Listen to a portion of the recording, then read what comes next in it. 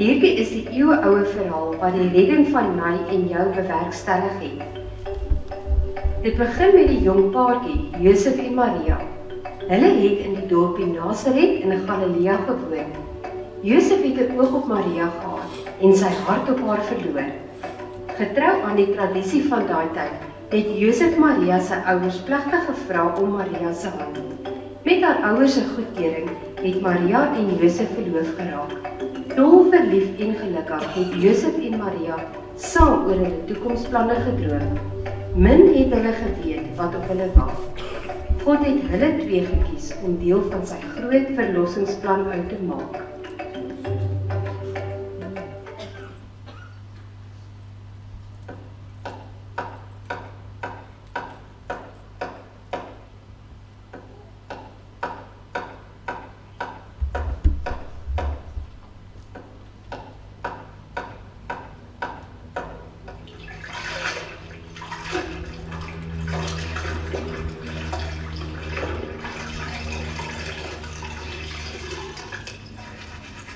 Een mooi dag, terwyl Maria besig was met haar dagtakies, het 'n engel met die naam Gabriel van haar verskyn.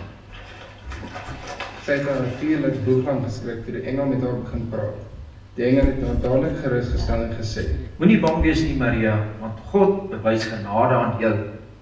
Jy sal swanger word en 'n seun in die wêreld bring, en jy moet hom die naam Jesus gee. Hy sal groot wees en die seun van die Allerhoogste genoem word. En terwyl Maria nog stom geslaan was deur wat net met haar gebeur het die engel stilweg verdwyn. Toe Maria uiteindelik tot verhaal kom, hardloop sy na Josef toe en vertel hom wat gebeur het. Josef, jy sal nie glo wat ek nou net beleef het. 'n Engel het my besoek. Regtig, ek het my boeglaap geskrik en hy het so waar met my gepraat. Stadig nou, Maria. Jy praat so vinnig. Ek kan skaars hoor wat jy sê. Kom sit hier langs my en raak rustig. Ek sê jou, 'n engel het aan my verskyn. Toe die engel sien hoe ek geskrik het, het hy vir my gesê, ek hoef nie bang te wees nie. Hy bring net vir my 'n boodskap. Regtig, Josef, ek het net versteen daar gestaan. Ek het nog nooit so iets in my lewe gesien nie. Boodskap sê jy? En wat was die boodskap? Dat ek die moeder gaan wees van die verlosser waarvan al die profete praat. Kan dit waar wees? Ek, van alle mense. Josef, het ek my dalk verbeel? Ek's heeltemal verward.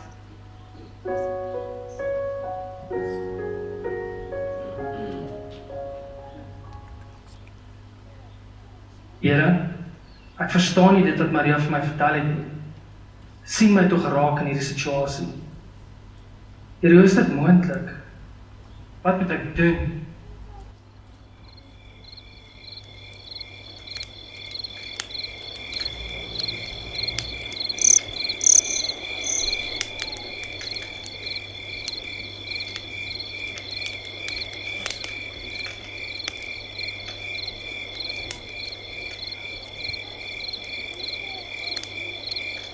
Josef het besluit hy gaan die verloving met Maria verbreek en sommer stilletjies die pad vat, sonder om vir enige iemand te sê. Josef was ook baie teleurgesteld oor wat Maria vir hom vertel het en wou net wegkom en niks daarmee te doen hê. Maar dit was nie so maklik nie. God het sommer dadelik deur Josef se plan gesien en God het besluit om 'n engel te stuur om hierdie keer vir Josef 'n boodskap oor te dra. Eendag, terwyl Josef slaap, droom hy helder en duidelik van die engel wat vir hom die boodskap bring. En die engel het vir hom gesê: Josef, seun van Dawid, moenie bang wees om met Maria te trou nie, want wat in haar verwek is, kom van die Heilige Gees. Sy sal 'n seun in die wêreld bring, en jy moet hom Jesus noem, want dit is hy wat sy volk van hulle sondes sal verlos.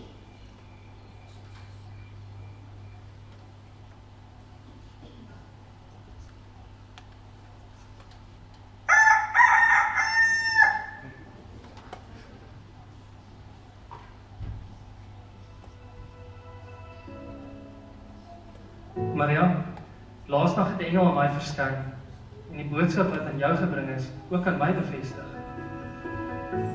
Maria, ek verseker jou, Ek sal by jou staan en hierdie kindjies my eie groot maak. Dit het alles gebeur sodat die woord wat die Here deur sy profeet gesê het vervul sou word. Die maagd sal swanger word en 'n seun in die wêreld bring, en hulle sal hom Immanuel noem. Die naam beteken God by ons.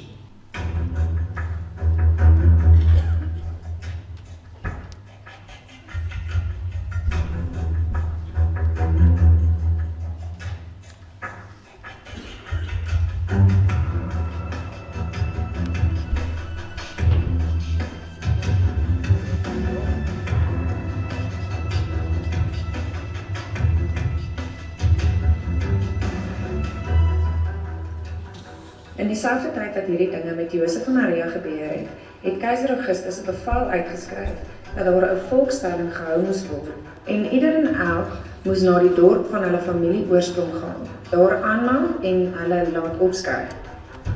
Maria en Josef het hulle reisplanne agter mekaar gekry en met Maria op die donkie se rug en Josef te voet het hulle die tog aangepak vanuit hulle klein dorpie Nasaret na Bethlehem in die streek van Judea.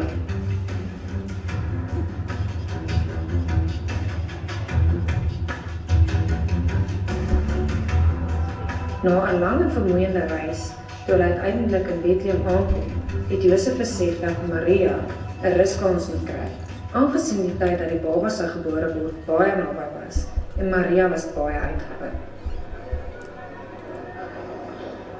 Josef het een teleurstelling op die ander gekry in sy soeke na verblyf vir hulle twee, want al die herberge was reeds vol.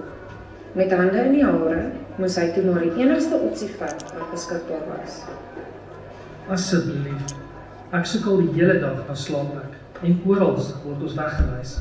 Al die plek is vol bespreek. U is my laaste hoop.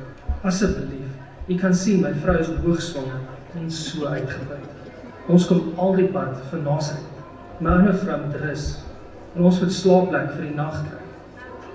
Ons is nie kieskeurig nie. Ons het net 'n dak op ons kop en 'n plek om te slaap. Ek verstaan jou benadering, maar jammer, my herberg is propvol. Asseblief, u is my laaste hoop. Die herbergier het Josef en Maria baie jammer gekry. Hy het bietjie gestaan en kopkrap en toe met die volgende voorstel gekom. In daai geval kan ek net aan die dierestal agter my huis dink. Die vee slaap nou in die veld en ek kan my slawe vra om gou 'n bietjie uit te vee en skoon te maak, sodat julle maar daar kan intrek. Ek is u ewig dankbaar. Ons moet te bly wees om 'n dak oor ons kop te kry. Baie dankie. Mag u huis geseën.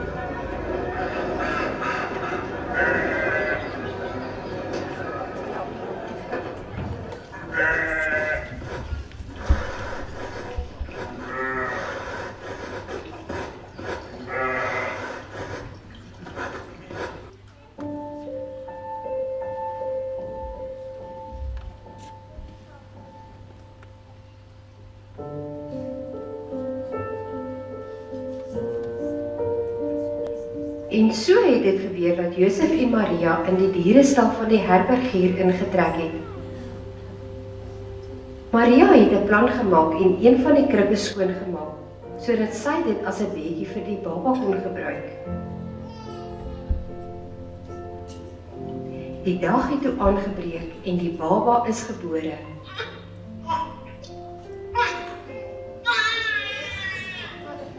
Maria het haar baba sien in sagte linne doeke toegedraai en in die krib neergelê. Maria en Josef was in verwondering oor die babietjie.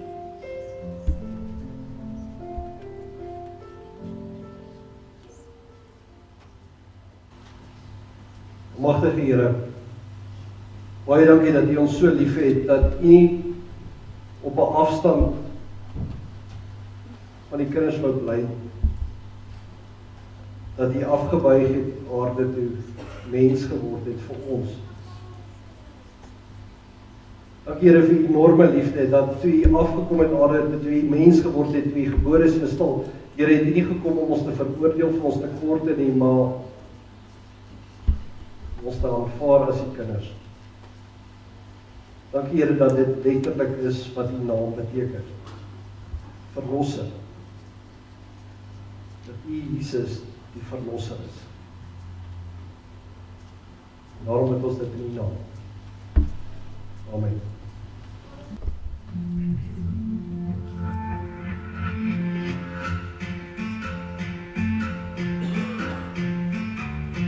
Ver daarvandaan in die ooste het ander dinge gebeur wat groot opskudding en nuus sou veroorsaak. Daar was sterrekykers wat 'n verandering in die sterrekonstellasie opgemerk het. Hulle was die slim en die wyse manne van daai tyd. Hulle wou die rare verskynsel van nader gaan ondersoek. Na al hulle berekeninge het hulle koppe bymekaar gesit en in eensstemmigheid bereik dat hierdie verskynsel in die omgewing van Bethlehem gaan plaasvind.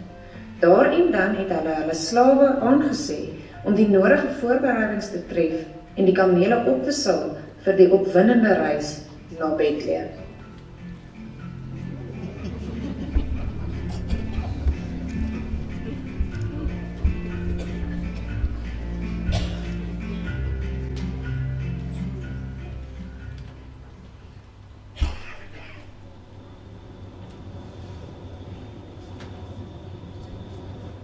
In 'n ander gebied van die land het God 'n engel gestuur om aan nederige skaapwagters te verskyn. In die veld het 'n klompie skaapwagters teen aand nog so rustig om 'n vuurtjie gesit en gesels. Met eens word alles om hulle helder verlig as gevolg van die teenwoordigheid van 'n engel. Hulle het groot geskrik, maar die engel het hulle dadelik gerusgestel en gesê: Moenie bang wees nie, want kyk, ek bring vir julle 'n goeie tyding van groot blydskap wat vir die volk bestem is. Vandag is daar in die stad van Dawid die verlosser gebore, Christus die Here. En dit is vir julle die teken. Julle sal 'n kindjie vind wat in doeke toegedraai is en in 'n krib lê. Die skaapwagters was uit die veld geslaan. Hulle kon nie glo wat hulle nou net gesien en gehoor het nie. Nog voordat hulle tot verhaal kon kom om daaroor te praat en te bespiegel, verskyn daar 'n engelskare uit die hemel wat God begin prys en sê: Here God in die hoogste hemel.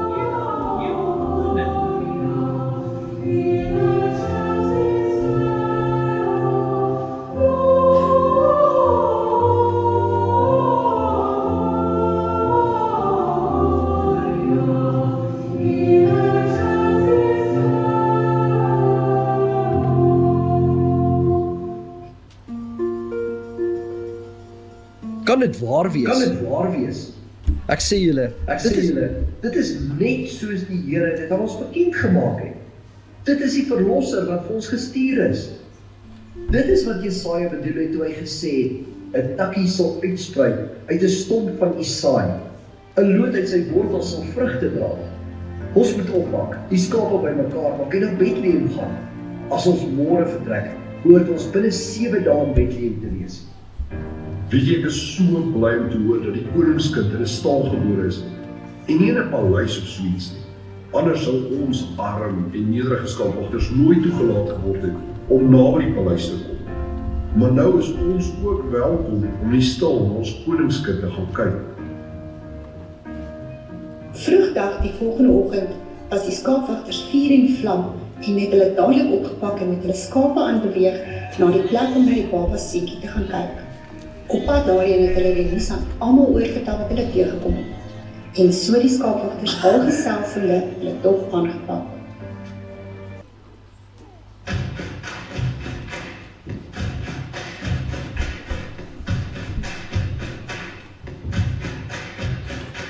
Toe die skaapwagters in Bethlehem aankom, het hulle rondgevra om uit te vind waar hulle na die baba seentjie kan gaan kyk.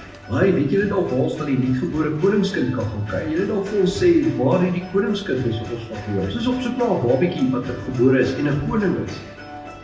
Al hoe meer mense het by die stal na die kindjie kom kyk. Die herbergier was baie in sy noppies, want hy het goeie besigheid gemaak met al die besoekers en moes bond staan om aan die aanvraag van eet- en drinkgoed te voorsien. Die nuus het soos 'n veldbrand versprei en die wyse manne uit die ooste het ook daarvan te hore gekom. Hulle het vir koning Herodes daarvan vertel en gesê dat hulle self ook na die vername koningskind wil gaan kyk. Koning Herodes was 'n baie selfsugtige en egoïstiese koning wat in daardie tyd aan bewind was. Jaloesie het hom onmiddellik beetgepak en hy het gevoel sy amp word bedreig deur hierdie nuutgebore koning wat almal in rep en roer het. Met slinkse planne om die kind om die lewe te bring, het hy die wyse manne gevra om uit te vind waar die kind is. Gaan doen noukeurig ondersoek na die kindjie en as julle hom kry, laat weet my, sodat ek ook aan hom hulde kan bewys.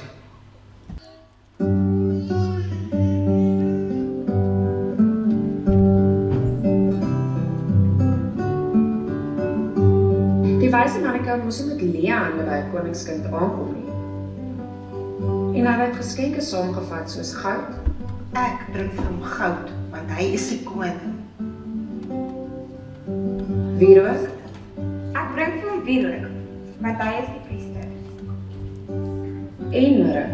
Ek bring vir hom mirre, want hierdie koning gaan ook 'n offer wees wat sy mense met die Here versoen. Maria het alles wat gesê is onthou en telkens weer by haarself daaroor nagedink.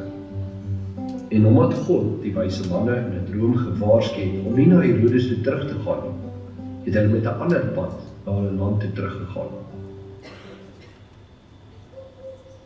Gelukkig is God in beheer en het presies geweet wat Herodes in die mou voer. God het vir Josef betyds in 'n droom gewaarsku. Josef, staan op. Neem die kindjie en sy moeder en vlug na Egipte toe en bly daar, totdat ek vir jou sê om terug te kom.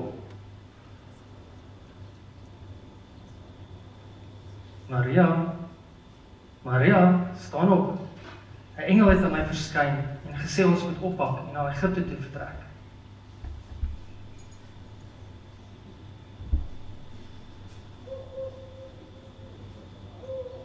En so kon die Jesuskind betyds saam met sy ouers pad gee en van koning Herodes se wraakplanne ontsnap. Die kindjie het gegroei en sterk geword en hy was vol wysheid en die genade van God was op hom. En Jesus het verstandelik en liggaamlik gegroei en in guns by God en die mense toegeneem.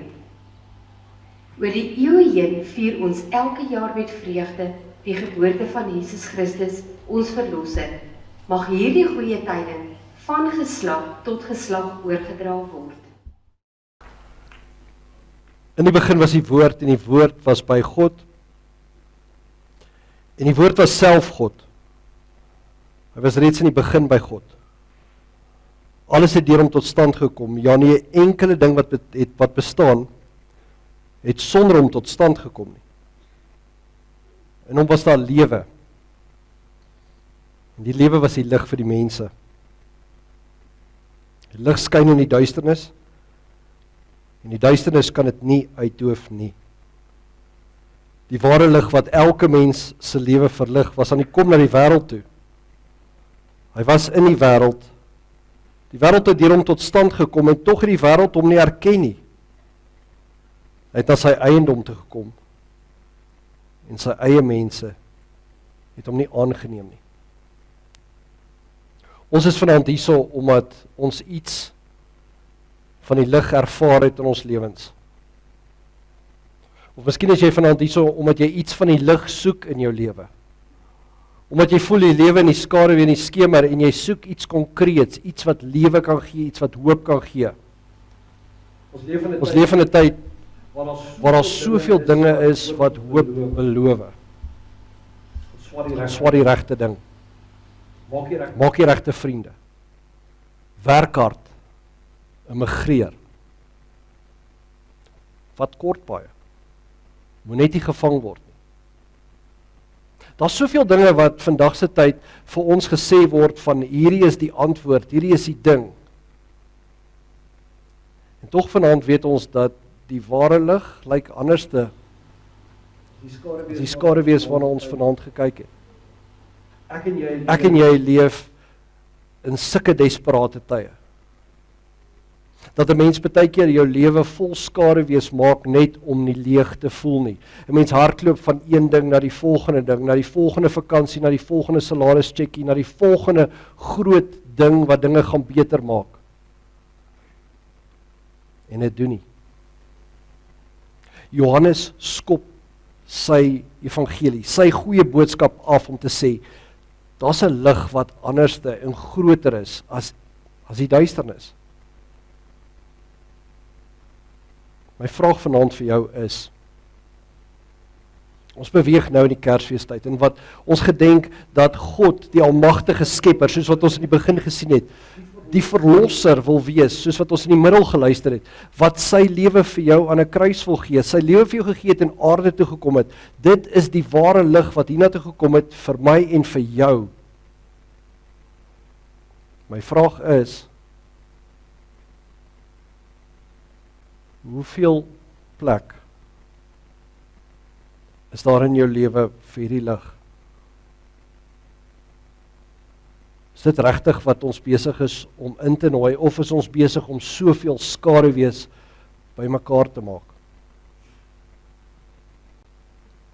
Die lewe is taai. Daar's uitdagings.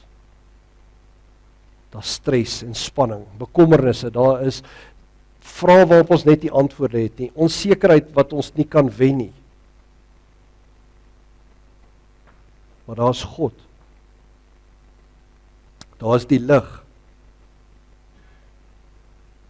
En waar hy is daar vrede.